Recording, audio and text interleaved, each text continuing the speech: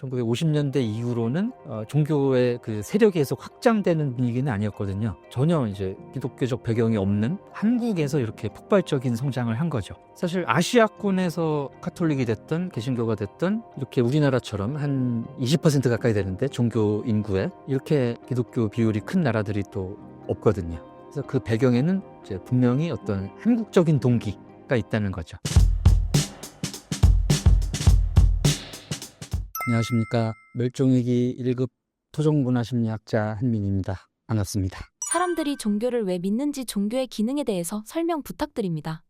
종교의 이제 가장 큰 기능이 사람들한테 이제 심리적 안정감을 주는 데 있는 것 같습니다. 아주 옛날 사람들, 구석기 시대 사람들, 이런 우리 조상님들께서 천재지변이라든가 지진이라든가 태풍 얼마나 무서웠겠어요. 그런데 이게 누군가의 뜻이다라고 생각을 하면 예측이 되는 거죠. 예측이 되고 좀 대비할 수 있고, 만약에 우리가 신을 화나게 해서 태풍이 오는 거다 그러면은 쉽게 용서를 빈다든가 뭔가 할 수 있지 않습니까? 뭔가를 하면서 안정감을 얻고 통제감을 얻고, 이런 측면이 종교의 아마 기원이 아닐까 이렇게 보고 있습니다. 종교의 두 가지 기능인 현시적, 잠재적 기능에 대해서 자세히 설명 부탁드립니다.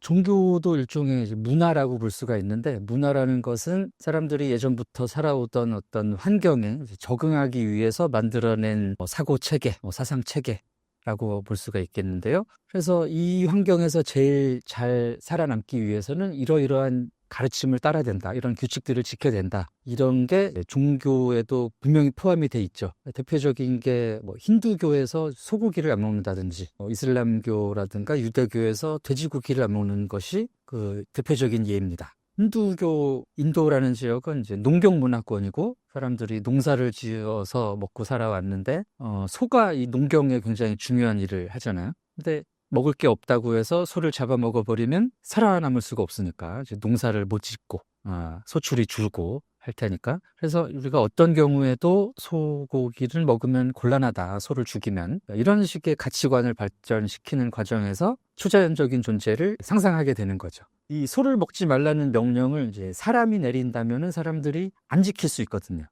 임금님이 명령을 내려봤자 안 보면 그만이죠. 근데 신이 지켜보고 계시면은 내가 이거를 어디 사람이 안 보는 데서도 지켜야 되니까, 그런 굉장히 강력한 가치관이 되는 겁니다. 이런 식으로 여러 종교들의 가르침을 살펴보면 사람들이 자기들이 살아왔던 지역에서 살아남기 위한 그런 가르침인 경우가 상당히 많은데, 그런 부분을 이제 종교의 잠재적 기능으로 보는 거죠. 사람들이 살아남고 사회가 유지되는, 현시적 기능이라는 것은 이것을 신의 가르침이다 라고 이해하는 요 정도가 이제 현시적 가르침입니다. 눈으로 보이는.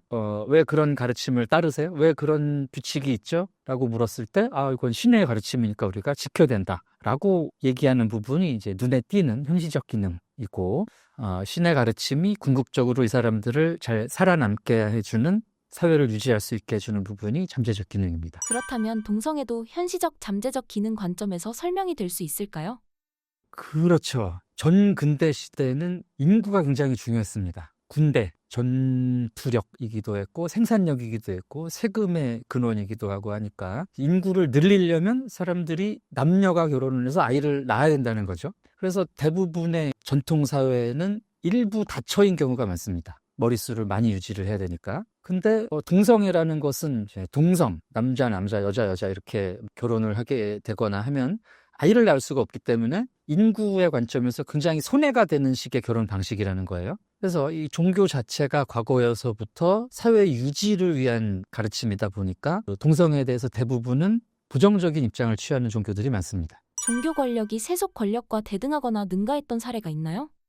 종교가 예전에는 과학이랄지 이 세상을 이해하는 지식 체계였거든요, 종교가. 그렇기 때문에 이제 종교인, 신과 소통하는 자, 제사장, 이런 분들이 권력하고 굉장히 가깝기가 쉬웠죠. 아주 옛날에는 재정일치 사회라는 것도 있었고, 사회가 복잡해지면서 이제 재정이 분리가 되기는 했지만, 종교인들이 자기가 이해하는 이런 신, 다시 말해서 이제 세계에 대한 이해를 바탕으로 세속 권력의 바탕이 되줬던 측면이 굉장히 큽니다. 그래서 왕권 신수설이라든지 또 이 종교 권력하고 세속 권력이 가까워야 자기들의 권력을 인정을 받게 되니까, 신으로부터. 그래서 이제 종교 권력이 세속 권력을 오히려 능가했던 시기도 꽤 있죠. 우리나라 같은 경우는 고려시대 불교 폐해가 굉장히 심했었고, 유럽 같은 경우는 서구 사회 같은 경우는 이제 중세 카톨릭의 그런 뭐 여러 가지 이런 사상 통제랄지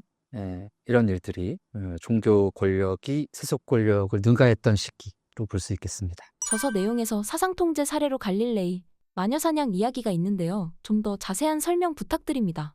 아무래도 종교적인 세계관, 그리고 이제 종교에서 비롯된 지식체계 외의 사상이나 지식체계는 이단으로 평가받기가 쉽죠. 신의 가르침이 아니다. 신의 뜻이 아니다. 그렇기 때문에 이제 박해를 받게 되는데, 뭐 서양 같은 경우는 근대 어느 시점까지 교회 권력이 더 강했기 때문에 뭐 이런 과학자들이 나름대로 세상을 이해한 방식이 받아들여지지 않은 대표적인 예가 이제 갈릴레오가 지동설을 알고 있었지만 가톨릭에서는 이제 받아들여지지 않았기 때문에 이걸 주장하지 못했다. 이런 얘기들이 있고, 또 뭐 사회가 혼란할 때나 이럴 때 뭐 마녀 사냥이라고 해서 죄 없는 사람들이 많이 이렇게 살해당하기도 하고 이런 역사들이 있죠. 일각에서는 종교적 믿음은 비정상적이라고 하는데 어떻게 생각하시나요? 아무래도 과거에 있었던 그런 사례들 같은 경우는 인간의 이성이랄지 과학적 사고가 이제 덜 발달한 시기이기 때문에 그런 교회나 이제 종교 권력이 세속의 권력이나 지식을 이렇게 이제 능가했던 시기의 일이라고 볼 수 있을 것 같고요. 있을 수 있는 일이다. 그 당시의 어떤 사회의 수준으로는. 근데 이제 현대 사회에서는 이런 식의 갈등이 종교적인 배경에서 비롯된 갈등이 문제가 될 수 있죠. 현대사회는 인간의 이성과 과학에 기반해서 성립되어 있는 사회다 보니까 과거의 그런 종교적인 설명으로 현대사회를 이해하려고 하거나 아니면 그런 관점에서 현대사회가 잘못됐다라고 해석을 하는 것은 조금 현실적이지 않은, 현재적이지 않은 해석이 아닌가 싶습니다. 종교를 과학적으로 설명할 수 있나요? 종교라는 것이 이제 영적인 세계, 초자연적인 존재가 상정이 되지 않습니까? 과거에는 이제 인간이 이해할 수 없는 여러 가지 것들을 그런 초자연적인 존재가 한 일이다. 그런 초자연적인 존재의 의지다라고 해석을 해왔죠. 근데 이제 과학이 발달하면서 그게 이제 그런 존재라기보다는 세계가 실질적으로 세계를 움직여가는 과학적인 법칙이 있고 또 뭐 물질적인 배경이 이제 밝혀지는 가운데 이런 과거의 종교적인 배경이 많이 이제 취약해진 게 사실입니다. 그래서 이제 종교 자체도 좀 현대 사회에서는 힘을 많이 잃기는 했는데 그런 초자연적인 존재나 영혼의 존재 같은 것을 과학적인 방법으로 이해해 보려는 시도들도 있었어요. 계속해서 대표적인 게 그 영혼의 무게를 잰 과학자도 계셨고, 사람이 죽을 때 무게를 재봤더니 순간 뭐 21g인가 줄어들더라. 그래서 영혼의 무게가 21g이다. 뭐 이런 영혼이 어떤 물리적인 속성을 가지고 있다. 그런 예가 되겠고요. 근데 이것은 이후로 계속해서 검증을 해봤는데 뭐 그렇게 볼 수 없다라는 식으로 지금 통용이 되고 있고 받아들여지고 있고, 또 이런 영적인 존재의 뭐 목소리를 들을 수 있다라는 그 전파 공학 쪽에서의 연구들이 있습니다. 그래서 뭐 지금도 귀신 찾아다니는 유튜버들 계시죠. 고스트 헌터 뭐 이런 분들. 이분들이 쓰는 장비가 이제 그런 건데 특정 주파수의 그 귀신이나 이런 영적 존재들의 음성이 잡힌다라는 거예요.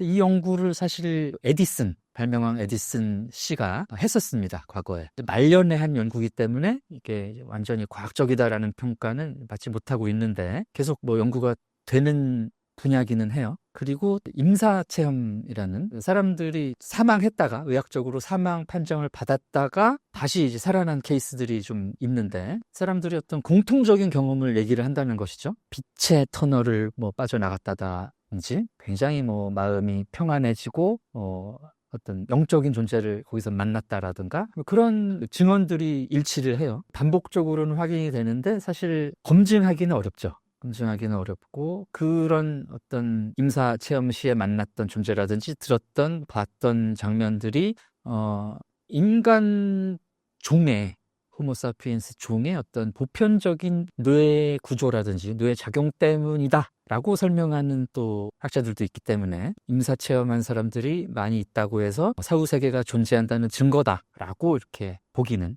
어렵습니다. 그렇다면 교수님께서는 종교를 어떻게 이해하고 계시나요? 책 제목을 제가 숭배하는 자들, 호모 피델리스라고 지었는데 사람들이 인종과 문화를 막론하고 어떤 초자연적인 존재를 상상하고 거기에 의지하고 싶은 욕망이 다 있는 것 같아요. 그래서 각자가 이제 살아온 지역이라든가 자기의 환경에 맞게 그런 존재들을 상상을 한 거죠. 상상을 하고 또 어떤 체계를 발전시키고 교리라고 하는 체계를 발전시키고 이론을 발전시키고 해서 그게 이제 어떤 특정 지역에서 발달한 종교가 된 게 아닌가. 물론 제가 이제 상상한다라는 말씀을 드리기는 했는데 실질적인 그런 초자연적인 존재가 계실 가능성도 있습니다. 계셔서 그거를 이제 사람들이 공통적으로 감지를 하고 그런 이제 종교라는 것으로 발전을 시켰을 수도 있고, 인간의 어떤 보편적인 심리적인 또 신체적인 특성 때문에 그런 존재들을 이제 상상하게 되고 가상으로 그런 체계를 만들었을 수도 있고, 그렇죠. 영적 존재를 믿는 게 인간이 가진 불안감을 잠재우기 위한 인간의 취약점이라고 생각하시나요? 인간들이 예전부터 계속해서 생존을 갈구해 왔지 않습니까? 굉장히 위험한 환경이었을 것이고 또 초기 인류는 상당히 취약한 종족이었거든요. 몸도 센 것도 아니고 무기가 있는 것도 아니고 그렇기 때문에 그래서 늘 불안하고 안전하고 싶고 의지하고 싶고 이랬던 것이 어떤 이제 상상의 결과 또는 이제 그렇게 나름대로 세상을 해석한 결과 신이라는 존재, 종교가 아닌가 합니다. 종교의 기능이 약화되는 것도 과학의 발전과 연관성이 있다고 생각하시나요? 그렇죠. 이제 과거에는 신의 존재로만 설명을 할 수 있었던 일들이 지금은 이제 과학적인 이론으로 밝혀지고 있으니까 이해의 폭이 넓어지면서 종교의 영향력이 줄어드는 측면도 있고요. 미래의 종교는 어떻게 변할 것으로 예상을 하시고 어떤 올바른 태도 가져야 할까요? 사람들이 워낙에 오래전부터 그런 신이라든가 초자연적인 존재를 상상하고 그려오고 또 믿어왔기 때문에 그거는 이제 현대 사회가 돼서 바로 사라질 수 있는 성질은 아니라고 봅니다. 그래서 계속해서 사람들은 신을 믿고 싶고 믿고 있고 또 그런 신적인 초자연적인 존재에 대해서 의지하고 또 숭배하고자 하는 욕구는 계속 진행이 될 것 같고요. 그런 점을 또 부추긴 것이 현대 사회가 또 미래로 가면서 점점 불확실성이 커지고 있기 때문에 불안하다는 얘기거든요. 불안할 때 의지할 어떤 존재가 있어야 되는데 현대 사회가 이제 스스로가 모든 것을 결정하고 판단하는 사회기는 하지만 이게 모든 사람한테 다 자연스럽게 이루어지는 과정은 아니기 때문에 누군가는 항상 내가 의지해야 될 누군가가 필요할 수 있다. 그래서 이제 종교가 쉽게 사라지거나 종교의 힘이 한순간에 없어지는 일은 없을 거라고 생각합니다. 다만 우리가 인류가 지금까지 이제 이루어 왔던 어떤 지적인 성취, 시스템의 성취 같은 것은 인정을 한 상태에서 종교가 이제 사람들의 어떤 불안을 제거해주고 살아갈 이유를 줄 수 있는 기능을 해야 될 것 같습니다. 그렇지 않고 이제 과거처럼 너는 이렇게 살아야 된다라든가 이런 절대적인 명령을 내리고 그 명령을 따르지 않으면 신이 너를 제거한다라는 식으로 사회에 영향을 미치는 식의 종교의 시대는 이제 끝나지 않았을까 그렇게 보고 싶네요. 한국의 기독교 문화는 어떤 특징이 있나요?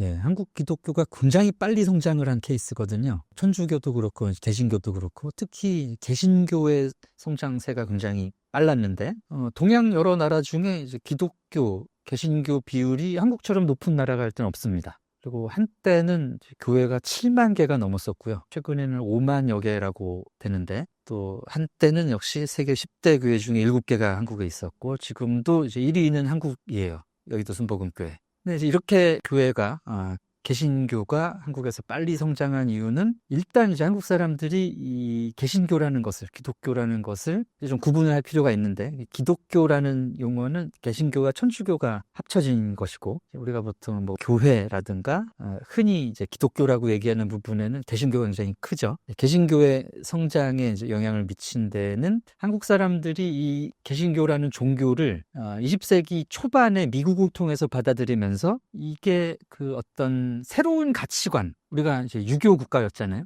전통적인 그런 가치관이 더 이상 작동하지 않는다, 필요 없다라는 판단을 한국 사람들이 했습니다. 일제 시대를 겪고 하면서 우리가 유교 이런 것 때문에 힘을 못 키우고 가난하고 지배를 받았다 일본에 이런 부분이 너무 짜증이 났기 때문에 유교를 많이 버렸죠. 그러면서 이 유교를 대체할 만한 어떤 사상으로 사상의 어떤 차원에서 받아들인 것이 기독교라는 거죠. 개신교. 그래서 이 종교를 믿으면 이제 미국처럼 또는 서구 여러 기독교 국가들처럼 우리도 잘 살 수 있겠구나. 이런 관점에서. 또 사실 미국 선교사들께서 이제 개신교를 전도를 할 때 한국에서 복을 많이 강조를 했어요. 뭐 평등, 사랑 이런 것도 이제 중요한 기독교의 사상입니다만은 이 종교를 믿으면 당신들이 복을 받을 겁니다. 기독교의 이 복이라는 개념은 우리가 생각하는 복하고는 좀 다릅니다만 우리는 이 복을 부자 되고 잘 살고 이런 쪽으로 이제 받아들이죠, 아무래도.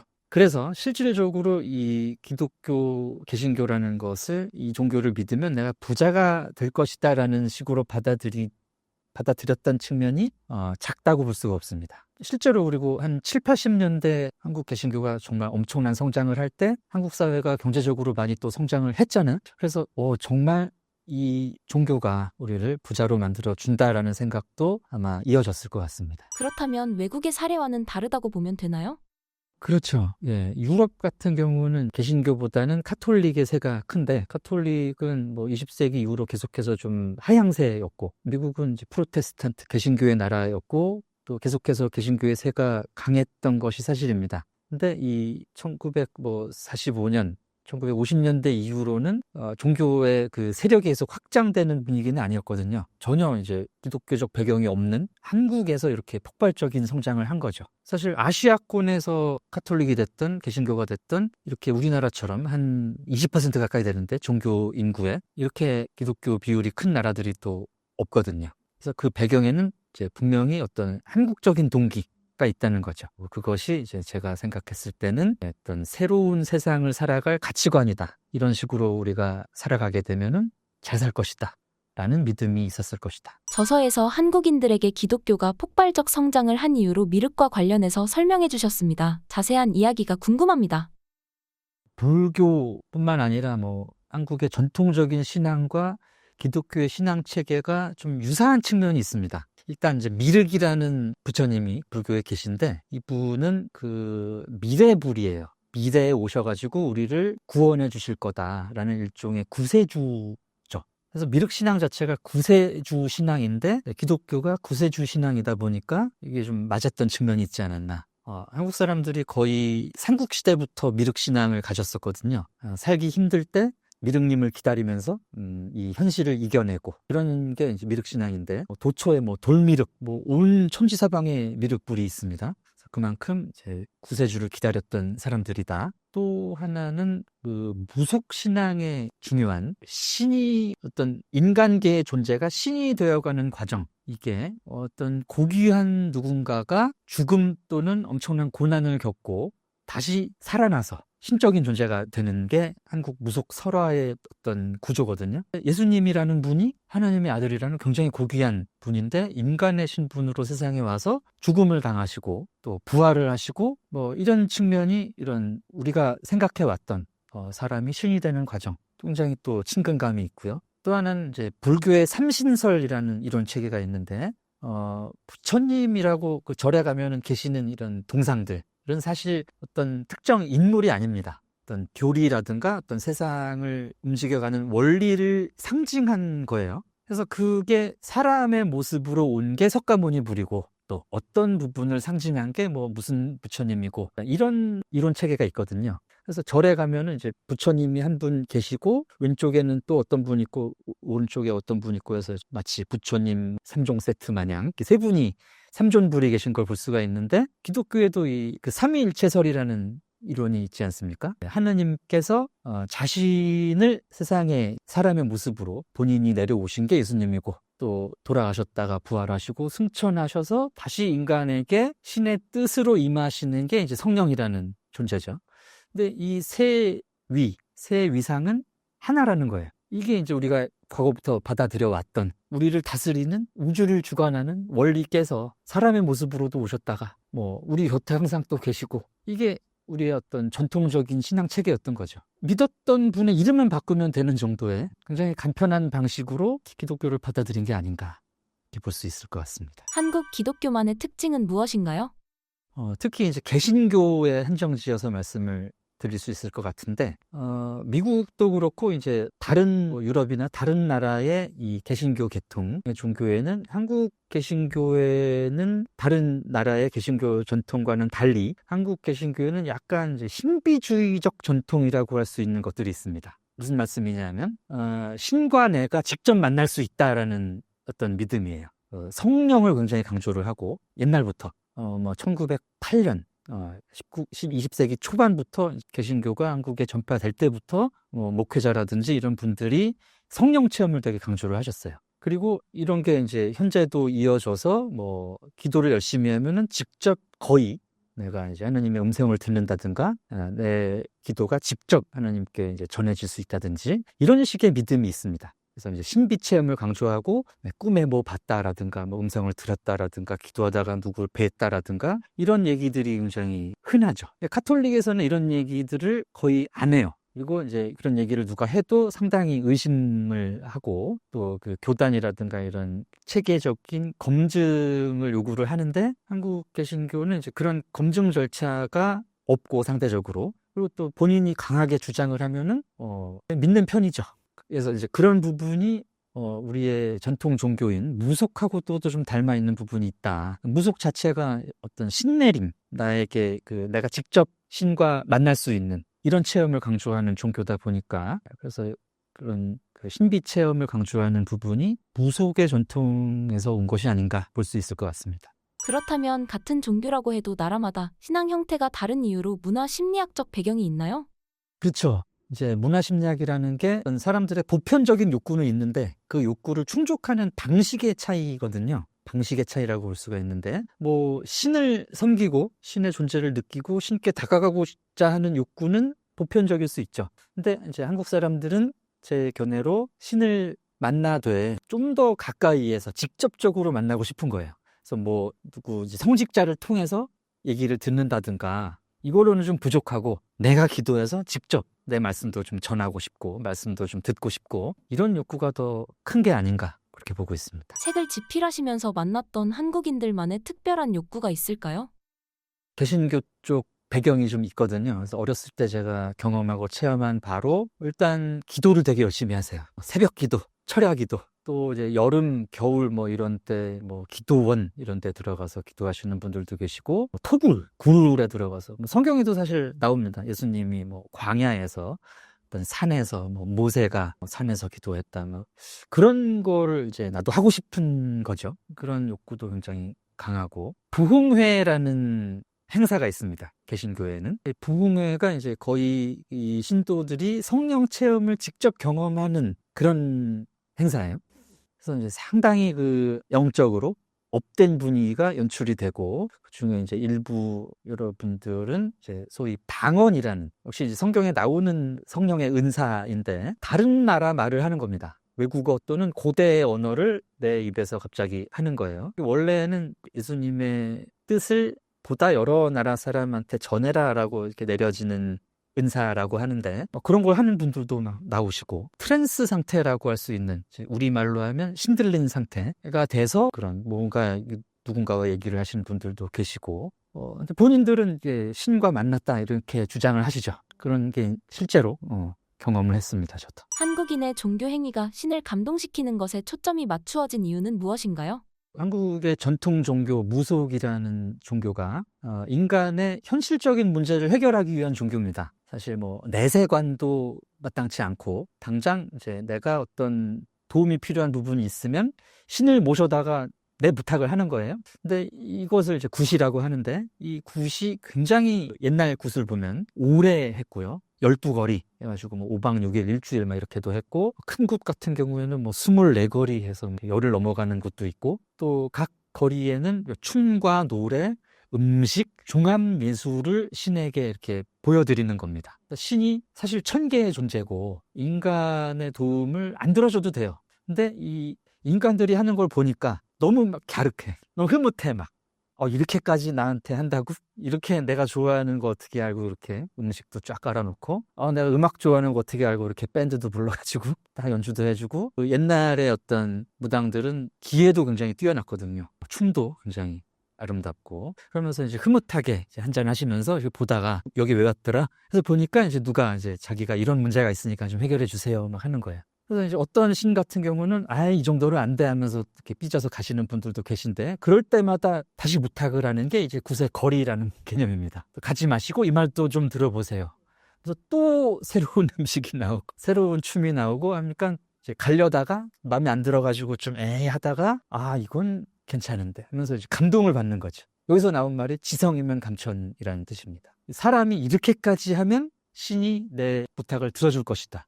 이게 한국 사람들이 가진 믿음이에요. 그래서 한국 사람들이 옛날부터 절도 많이 짓고 교회도 많이 짓고 돈도 많이 내고 여러 가지로 이런 기도도 열심히 하는 게 내가 이렇게까지 열심히 기도를 하고 정성을 다하면 신이 내 뜻을 받아들여 줄 것이다 라는 믿음이 있었던 거죠. 그렇다면 한국과 다르게 해외 종교에서는 기도만 조용히 드리고 나오는 건가요? 그렇습니다. 놀랍게도 이제 카톨릭이나 이슬람 같은 경우는 이제 많이 체계화가 되고 종교화가 됐기 때문에 이 종교 자체에서는 우리가 그렇게 바라는 식의 뭐 자식의 대학 합격이라든가 뭐 나의 승진이라든가 뭐 아파트 당첨권이라든가 이런 걸 빌지는 않아요. 그리고 빌어도 좀 도와주십시오 이 정도지 우리처럼 안 빌면은 좀 돈을 더 드려볼까라든가 좀 더 내가 기도를 한 2시간쯤 더 해볼까 이런 식의 개념은 없는 거죠. 요 지점에서 이제 재밌는 게 일본의 신토라는 종교인데 일본의 신토는 어떻게 보면 우리랑 좀 비슷합니다. 자연에 계시는 여러 신들한테 기본적으로 기도를 하고 잘 되기를 바라고 뭐 평소에 이렇게 섬기고 하는 건데 일본 신들은 또 이제 일본인들은 신들한테 우리처럼 이렇게 적극적으로 기도를 하지 않아요. 때 되면 가서 기도하고 뭐 평소에 뭐 섬기고 하는 마음을 갖는 건 갖고 있는데 뭐 우리 마을을 좀 잘 지켜주세요. 더 나를 더 잘 되게 해주세요. 이런 식의 기도는 일단 잘 드리지 않고 신이 그 기도를 들어주지 않아도 인간은 더 이상 어떤 요구를 하지 않습니다. 그건 신의 뜻이고 나는 할 만큼 했고 이게 분리가 많이 돼 있어요. 한국 사람들은 내가 이 정도까지 해서 기도를 드렸는데 내 뜻을 들어주지 않아. 그러면 더 열심히 기도를 드린다든지 더 많은 돈을 들여서 구슬한다든지 또는 종교를 바꾸죠. 이 신은 안 된다. 이 신은 더 이상 이 신은 내 기도를 안 들어주니까 다른 종교를 한번 가볼까? 좀 이제 종교 스위치 같은 것도 되게 많습니다. 한국에서. 그렇다면 객관적으로 설명되는 지표나 자료가 있나요? 종교를 바꾼 사람들의 통계가 있는지 모르겠는데 예전부터 뭐 주변 사람들한테 얘기 들어보면은 굉장히 많죠. 절 다니던 분인데 교회 다니다가 별로인 것 같아가지고 다시 절로 왔다라든지 교회 다니시던 분인데 그냥 뭐 별로 부자가 안 되는 것 같아가지고 절을 다니고 있다든지 뭐 이런 식으로 종교를 바꾼다는 일이 상당히 흔한데 외국에서는 별로 흔한 일이 아닙니다. 종교가 굉장히 절대적인 가치관이기 때문에 근데 그 타고난 종교를 바꾼다는 건 거의 볼 수 없는 일이거든요. 이런 게 한국에서는 종종 있다는 것이 한국 사람들이 종교를 어떤 식으로 보느냐 그 증거가 되는 거죠. 우리나라 기독교 특징 중 직접 영접하는 걸 원한다고 하셨는데요. 이것이 사이비 종교와 관련성이 있나요? 관련이 있을 것 같아요. 한국 사람들이 일단 신과의 만남에 대한 그런 배경이 있죠. 배경 지식이. 신은 사람한테 직접 내릴 수 있고 직접적으로 이렇게 소통할 수 있는 존재다. 그래서 이제 누군가가 내가 그런 뭐 신과의 소통을 했다. 그러면은 그럴 수 있다라고 일단 내가 믿기가 쉽고요. 또 그런 이제 사이비 교주라든가 그런 사람들이 주장을 했을 때 따라가기가 쉬운 거죠. 그런 차원에서 이제 신비 체험을 강조해 왔던 개신교의 어떤 전통이 사이비의 창궐에 어떤 일정 부분 한 경로가 되어 왔던 것도 사실입니다. 한국에 본인이 예수라고 주장했던 사람들이 50명이 넘거든요. 역사적으로. 저서에서 한국 종교 현상의 특이성 중 빠질 수 없는 하나는 신흥 종교와 사이비가 많다고 하셨는데요. 어떤 내용인가요? 사이비는 이제 한자 그대로 하면 비슷하지만 아니다. 이런 뜻이거든요. 그래서 뭐 종교와 유사한 형태와 행동들을 하지만 이제 종교라고는 볼 수 없는 행위들을 이제 사이비라고 합니다. 이제 사이비 종교들의 이제 중요한 특징이 2가지 정도 꼽을 수 있을 것 같은데 인간임이 틀림없는 어떤 개인을 굉장히 신격화한다는 거죠. 본인이 신이라든지 신의 사도라든가 신과 직접적인 어떤 관계를 맺은 사람이다라는 주장을 하는 거예요. 실제로 그럴 수도 있지만 이제 사이비들의 특징은 그것을 빌미로 내가 신과 특별한 관계에 있기 때문에 너희들은 내 말을 들어야 된다든지 나한테 재산을 바쳐야 된다든가 여기만 있어야 된다든가 이런 이제 신도들을 조종하고 이 조종하는 이 무리가 사회에 바람직하지 않은 영향을 미칠 때 이것을 사이비라고 볼 수 있을 것 같습니다. 그렇다면 바람직하지 않은 영향을 미치는 우리나라의 사이비 종교의 사례는 어떤 게 있을까요? 일단 뭐 이렇게 구체적인 종파를 얘기하는 건 조금 테러의 위험성도 아무튼 이제 그것보다는 한국에 여러 그 사이비 종파와 교단들이 있어 왔습니다. 대표적인 게 이제 일제시대에 백백교라는 교단이 있었는데 본인이 신이라고 주장을 하면서 이제 신도들을 뭐 착취를 하고 살해하고 이랬기까지 했던 사건이에요. 본질적으로 이제 사이비는 소위 교주 또는 이제 중요 인물이 본인이 굉장히 신격에 가깝다라는 주장을 하는 겁니다. 근데 이제 사람들은 특히 이제 한국적인 그런 문화적 배경을 가진 사람들은 신이 직접 인간에게 내릴 수 있다라는 믿음 체계가 있기 때문에 그 사람들을 이제 실제로 영향력 있는 존재다라고 받아들이기가 되게 쉬운 거고요. 그래서 이제 그런 신적인 존재에 나의 필요한 부분을 해결해 달라고 몰리게 되면 또 교단이 되는 거죠, 금방. 그런 차원에서 이제 한국의 사이비라든지 이런 세력들이 많았던 것 같습니다. 사이비 종교의 문제점은 무엇인가요? 개인으로서 스스로의 삶을 못 살게 한다는 게 제일 크죠. 내가 뭐 직업도 가져야 되고 사회인으로서 또 내가 뭐 가정이 있다면 가정 안에서 온전한 한 사람으로서의 삶을 살아야 되는데 종교가 됐든 거기에 이제 종속이 돼서 내가 내 삶은 없고 그 교주의 수족으로 교단의 어떤 발로 교단의 뭐 호구로 밖에 살 수가 없는 거예요. 본인은 만족할 수 있지만 이제 그런 사람들이 많아지면 사회에도 좋지 않은 영향이 되고 또 그런 이제 세력을 유지하기 위해서 어떤 사회의 건전성을 해치는 경우도 많죠. 뭐 교주의 그런 범죄를 뭐 옹호하기 위해서 법 질서를 해친다든지 언론의 자유를 침해한다든가 뭐 이런 경우도 우리가 종종 목격을 하지 않습니까? 그런 경우는 뭐 바른 종교라고는 보기 어렵지 않을까. 사이비 종교의 궁극적인 목적은 무엇이라고 생각하시나요? 사이비도 이제 두 부류가 있을 것 같은데 하나는 교주가 실제가 아니라는 걸 알면서 사람들이 이제 갖다 바치는 돈이나 이런 권력에 관심이 있는 케이스고요. 그건 사실 범죄 집단에 가깝죠. 또 하나는 이 교주 자신이 강한 어떤 종교적 확신 때문에 본인이 실제 신이다. 실제 어떤 그런 중요한 존재다라는 생각으로 주변인들에게 영향력을 행사하는 케이스. 이건 분명히 종교적인 현상이면은 틀림이 없을 것 같고요. 그런 이제 강한 확신, 진실일 수도 있고 그렇지 않을 수도 있는데 그런 확신을 가지고 있는 소위 이제 교주급에 해당하시는 분들 중에는 개인적으로 그렇게 나쁜 분은 아니고 뭐 그런 경우도 있습니다. 그 뜻 자체가 뭐 굉장히 나쁘다든지 뭐 그렇지는 않은 경우도 있어요. 그래서 이제 그 사이비와 그렇지 않은 종교 단체와의 구별이 쉽지 않은 것도 사실이죠. 사이비 종교를 유지하기 위해 가족들과도 멀어져야 한다는 이야기도 있는데요. 어떻게 생각하시나요?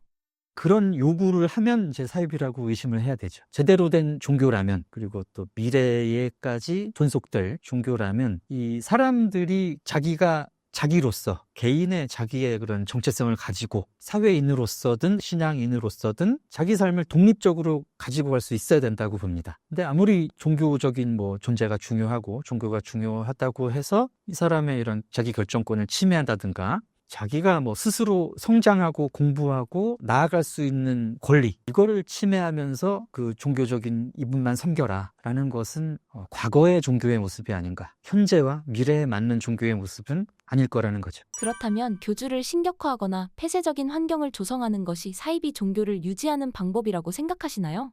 그렇죠. 아무래도 이 조직을 운영할 때 자기들이 이제 신뢰할 수 있고 또는 이제 정보가 새어나지 않는 차원의 이런 그 조직이 필요하거든요. 조직의 운영과 유지를 위해서 아무래도 그런 폐쇄적인 체계가 나오는 것 같습니다. 사람들이 사이비에 빠지는 이유가 무엇인가요? 아무래도 이제 현대 사회가 되면서 사람들이 굉장히 불안이 커졌잖아요. 불확실성이 커지다 보니까 불안해지기도 하고 이 와중에 이제 과거의 종교들이 내가 필요한 것들을 더 이상 제공해주지 못한다는 점도 큰 것 같습니다. 사실 이제 교단화된 기성 종교들은 뭐 인간의 그런 직접적인 어려움에 대해서 바로바로 이렇게 해결책을 못 주는 측면이 있고 제일 큰 게 아무래도 불안이겠죠. 점점 뭐 세계가 망할 것 같고 소위 여러 종교에서 이제 그 종말론을 가지고 있는 종교들이 있거든요. 세상이 이제 결국엔 망하고 이 신의 이러한 존재의 시대가 열릴 것이다. 그러면 나는 이 망하는 세상에 투자를 할 것이냐? 이 새로운 세상을 이끌어갈 여기에 투자를 할 것이냐? 그쪽으로 몰리게 되는 거죠. 사이비 종교에 빠지는 사람들의 공통점은 무엇인가요? 성격적으로는 의존성 성격 장애라는 분류가 있는데 이분들은 스스로 어떤 결정을 내리기가 되게 힘든 분들이에요. 늘 누구에게 의존해 왔고 어렸을 때부터 이제 사실 뭐 어렸을 때는 부모님이든 선생님이든 내가 의존을 하다가 어느 순간부터는 내가 스스로 판단을 하고 결정을 하고 내 삶을 살아야 되지 않습니까? 근데 이제 이분들은 그럼에도 불구하고 뭔가가 필요한 거죠. 항상 어떤 조직에 들어간다든가 내 삶의 방침을 좀 구체적으로 제시해 줄 수 있는 이런 게 필요한 분들은 개인적인 그런 특성상 사이비 같은데 노출도 쉽고 빠지시기도 쉬운 분들이죠. 지식인들조차 사이비에 빠지는 이유가 무엇인가요?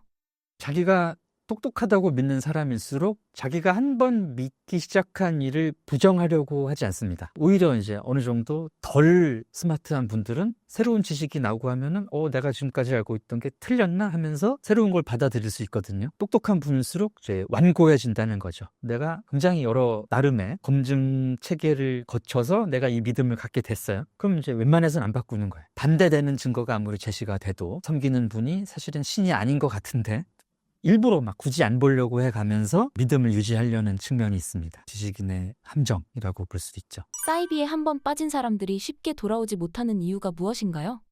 일단 그만큼 그쪽에서 이분들이 얻는 것이 크기 때문에 그런 것 같습니다. 일부 이제 사이비 종교에서는 사람들의 교류 욕구, 인정 욕구를 굉장히 잘 만져줘요. 현대인들이 외롭고 또 인정받기 어려운 또 환경이고 시대이기 때문에 그런 불만을 가진 분들이 굉장히 점점 많아지죠. 이런데 이제 사람들이 나를 만나주고 나와 이야기해주고 너는 좋은 사람이야 괜찮은 사람이야 이런 얘기를 해주고 그럼 일단 내가 이 종교에 대해서 잘 몰라도 긍정적인 마음이 생겨버립니다. 그럼 거기서 무슨 소리를 해도 다 받아들일 준비가 돼 있는 거예요. 그러면 이게 틀렸다라는 게 계속해서 나한테 틀렸다는 정보들이 와도 거기 있고 싶죠. 그냥 이 측면이 있고 똑똑한 분들이라든지 믿음이 강한 분들은 또는 이제 종교를 이제 투자 개념으로 이해하고 계시는 분들은 내가 여기에 지금 투자한 게 얼마인데 라는 생각도 쉽게 못 나오는 이유이지 않을까 싶습니다. 일종의 이제 매몰 비용이죠.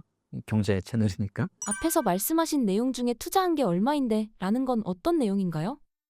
아무래도 이 뭐 교단이 운영을 한다든지 아니면 뭐 교주 내지는 이런 중요한 분들의 품위 유지비로 돈이 많이 들 텐데 그런 이제 신도들의 돈이 많이 필요합니다. 조직을 운영한다든가 그러면서 신도들의 그런 헌금을 받는 거죠. 그리고 많이 헌금을 낼수록 내가 거기서 많이 돌려받을 수 있다고 생각을 해요, 사람들이. 근데 이 정도까지 바쳤는데 나중에 이제 새 세상이 열리면 이 정도는 내가 돌려받을 수 있지 않을까. 근데 아직 그 세상이 안 열렸거든요. 근데 난 여기서 많이 지금 들였지 돈을. 근데 지금 나오기에는 들인 돈이 아깝다. 이런 생각을 할 수 있는 거죠. 사이비 종교에서는 종말 이후 열리는 시대에는 어떤 걸 보상해 준다고 이야기를 하나요?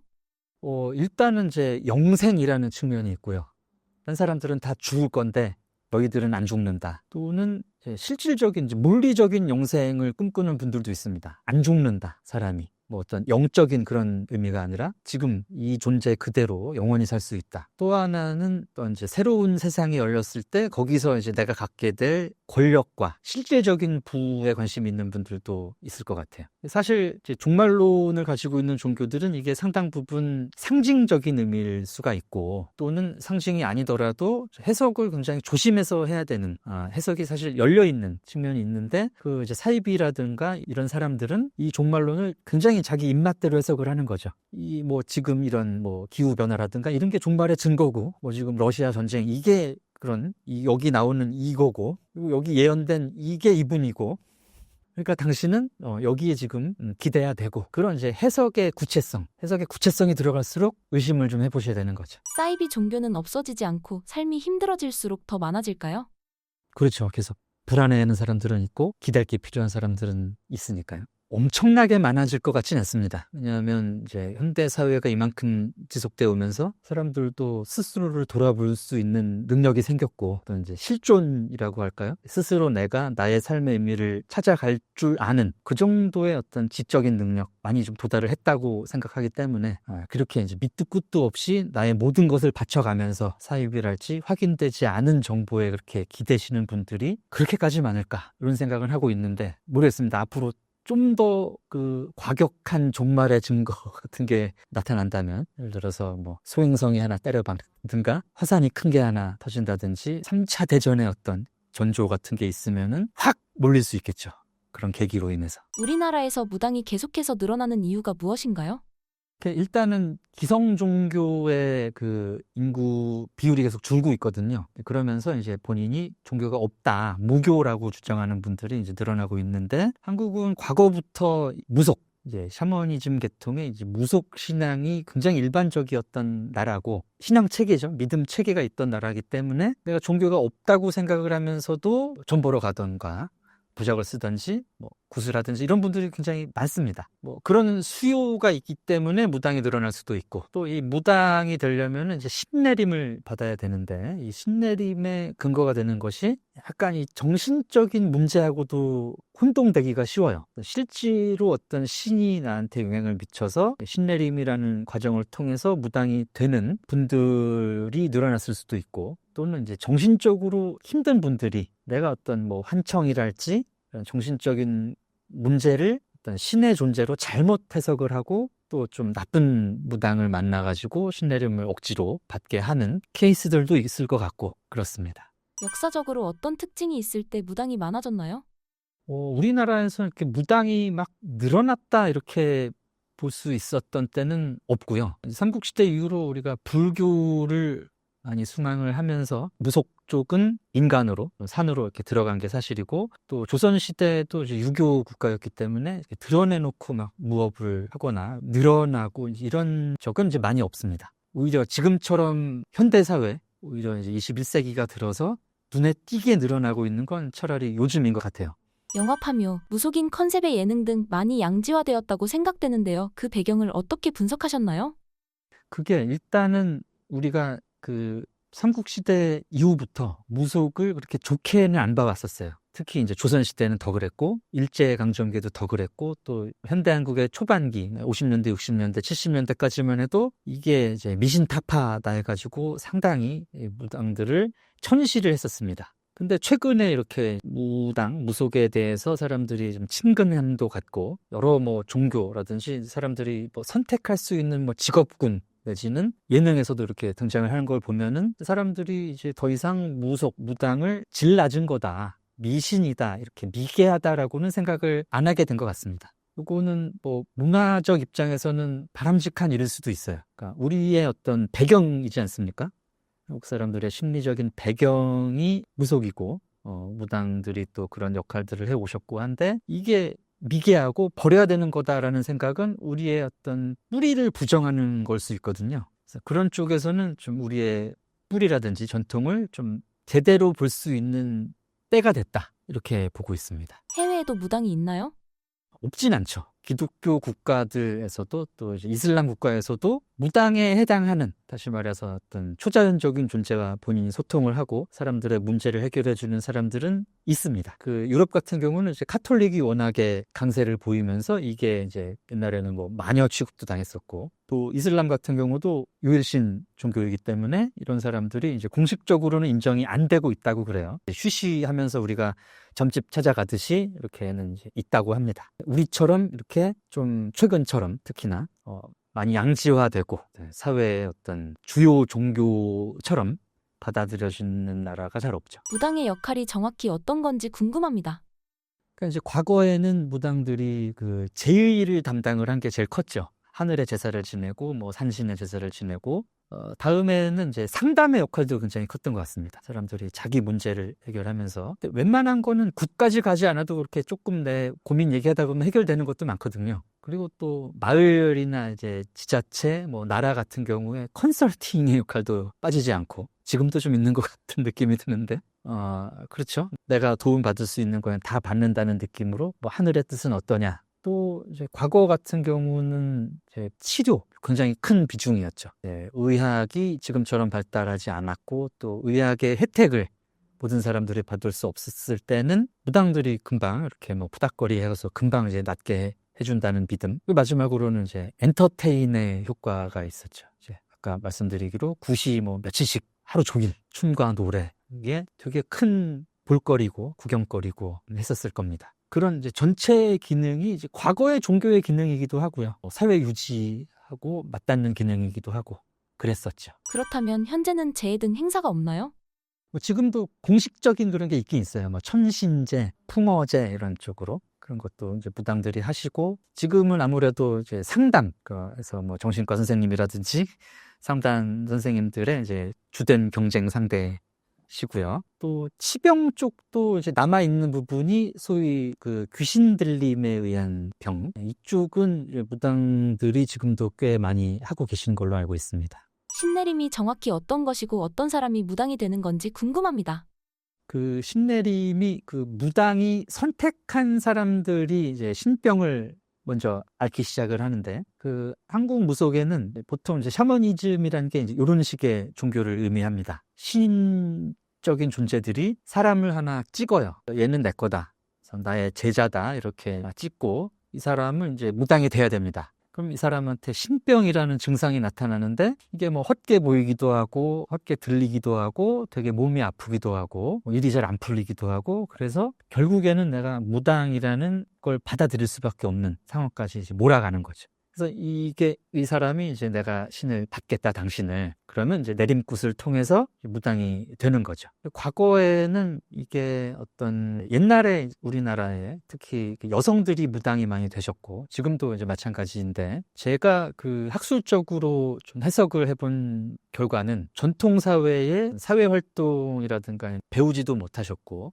영향력을 미치기가 어려웠던 여성들께서 그런 뭐 억울함, 분노 이런 부분이 정신적인 문제를 일으켜서 그 정신의 일부가 굉장히 능력 있고 신통력 있는 존재가 분리가 된 이 부분을 이제 신이라고 지각했을 가능성이 있지 않나. 그래서 이 신병이라는 게 어떤 관점에서는 좀 해리성 정체감 장애일 수 있고요. 장애라고 해서 꼭 뭐 나쁘다는 얘기는 아니고 그런 이제 현상인 거죠. 그래서 이렇게 이제 분리된 정신을 다시 통합시키는 과정으로서 이제 내림굿이 필요한 거고, 이 존재를 내가 통합을 했으면은 그 신통력을 내가 쓸 수 있는 존재, 무당이 돼서 살아가는 게 이 병의 최종적인 해법인 거죠. 그래서 예전에는 이제 그런 어떤 문화에, 우리 문화의 사회의 부정적인 부분들이 이런 식으로 표출이 되고 해결이 됐던 것이 아닌가. 무당이 믿는 신의 존재는 어떤 건가요? 학자들에 따르면 무속신이 한 300여 위가 넘는다고 알려져 있습니다. 다른 뭐 다신교 계통, 뭐 자연신 계통의 종교에 비해서 많은 건 아니에요. 굿할 때 이제 여러 신들이 언급이 됩니다. 천신 계통도 있고요, 자연신 계통도 있고, 뭐 도교 쪽 신들도 있고, 불교 쪽 이름도 나오고 해서 이제 굉장히 많은 신들이 계신데, 한국 무속의 특징이라고 볼 수 있는 게 인간에게 좀 더 가깝게 영향을 주는 분들, 이분들은 그런 이제 신적이고 그런 뭐 타 종교의 이런 이름이 아니라 좀 가까운 존재라는 거죠. 그래서 뭐 장군신이라든지 뭐 누구 할아버지, 동자, 아이, 할머니 이런 분들, 물론 이제 어떤 자연신, 산신일 수도 있고 뭐 과거에 계셨던 뭐 장군이셨을 수도 있고 큰 뭐 인물이셨을 수도 있는데, 이분들이 신이 돼서 우리를 지켜줄 거다, 내 문제를 해결해 줄 거다 하는 믿음이 있죠. 그래서 이 부분이 이제 어떤 자연신 계통의 종교, 특히 이제 일본 쪽 신들이 그런 신들이 많은데 그런 종교하고 차이점이 아닌가 싶습니다. 그렇다면 그런 특징은 왜 나타나는 건가요? 그것도 이제 문화적 차이 때문일 것 같은데요. 이를테면 이제 중국의 도교에서는 신들이, 또는 이제 신들과 크게 차이 없는 분들이 신선이라는 분들이 있죠. 신선이, 사람이 신선이 될 수 있다는 믿음이 있어요. 중국에는 또. 환약을 만들어서 먹으면 신선이 된다든가, 뭐 진시황도 그래서 이상한 거 드시고 빨리 돌아가시고, 또 뭐 도 닦는다라고 하잖아요. 돌을 닦으면 신선이 된다, 사람인데. 근데 이 한국의 이 무속신들은 이런 사람의 수련을 통해서 신이 되거나 하는 게 아니라 어떤 억울한 죽음을 겪은 사람이 신이 됩니다. 최영 장군, 고려 멸망할 때 되게 억울하게 돌아가셨잖아요.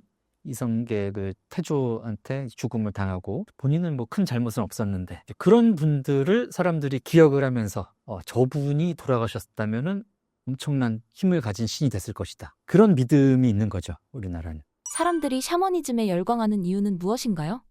접근성이 커진 것도 굉장히 큰 이유일 것 같습니다. 전화 영업도 많이 하시고, 뭐 유튜브도 하시는 무당들도 많고, 또 앱도 있어요. 점 뭐 봐주는 앱도 있고, 그리고 또 그만큼 사람들이 바로바로 물어볼 수 있는 대상이 필요하다는 증거도 되겠죠. 사실 정신적인 어려움, 뭐 불안이라든가 걱정을 해결할 때 정신과라든가 상담 선생님을 찾아가지 않습니까? 그분들은 사실 구체적인 도움은 못 주시거든요. 언제 취업이 될지, 언제 결혼을 할지, 뭐 어떤 직종을 뭐 원서를 써야 될지, 뭐 몇 년도쯤에 취업운이 올지, 이거를 뭐 정신과나 상담소에서는 얘기를 못 해주시니까, 그런 내가 궁금한 게 있으면은 물어볼 있는 거잖아요, 사실은. 우리 문화에서는 이제 물어보고, 그런 거를 이제 예전처럼 뭐 이거는 미신이니까 내가 하면 안 되고, 이런 뭐 죄책감이라든가 그런 꺼림 없이 좀 이제 현대사회에서는 좀 가볍게 접근을 하는 것 같습니다.